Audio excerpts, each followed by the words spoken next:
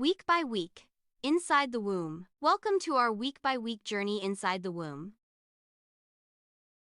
Cell division begins, and the tiny egg travels toward the uterus.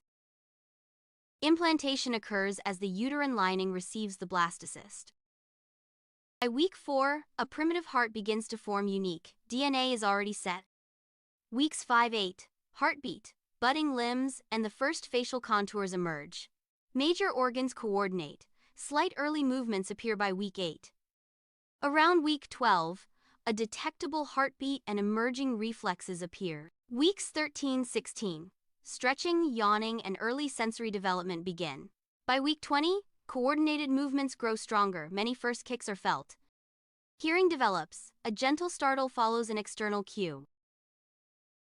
By week 24, unique fingerprints form. Tiny ridges swirl on each fingertip. Growth and preparation intensify as lungs and brain rapidly mature. Practicing rhythmic breathing and responding to faint light from outside. Approaching week 36, the baby gradually rotates head down for birth. Weeks 37-40, full term, steady heartbeat, and continued weight gain. Thank you for watching. Like, subscribe, and share which week surprised you most.